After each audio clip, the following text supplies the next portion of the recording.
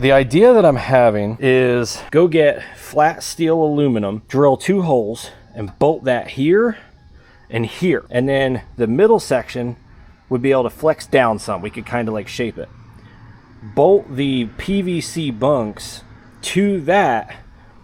That way when the Titan slides onto those bunks, it can flex down so that it doesn't wobble or anything. But when you hit those bounces, it should kind of work as a shock absorber system. Come down my rabbit hole.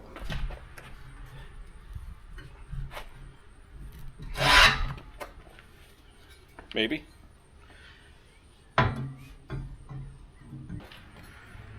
Looks pretty close. I figured I'd show you guys how I got that first bolt. So this is the idea. So that bolt is just going through the bracket there, locking that in. Gonna do the same thing on that end. So I've got 1 bolt in each end there, and you can see that is very sturdy. Obviously the trailer is still gonna move some, but just focus on that bar. There's just enough movement for that thing to work like a leaf spring. It's very solid. Guys, I'm feeling like a genius. I've never seen this done before. Titan is super stable. Look at that. Look at that. That's beautiful.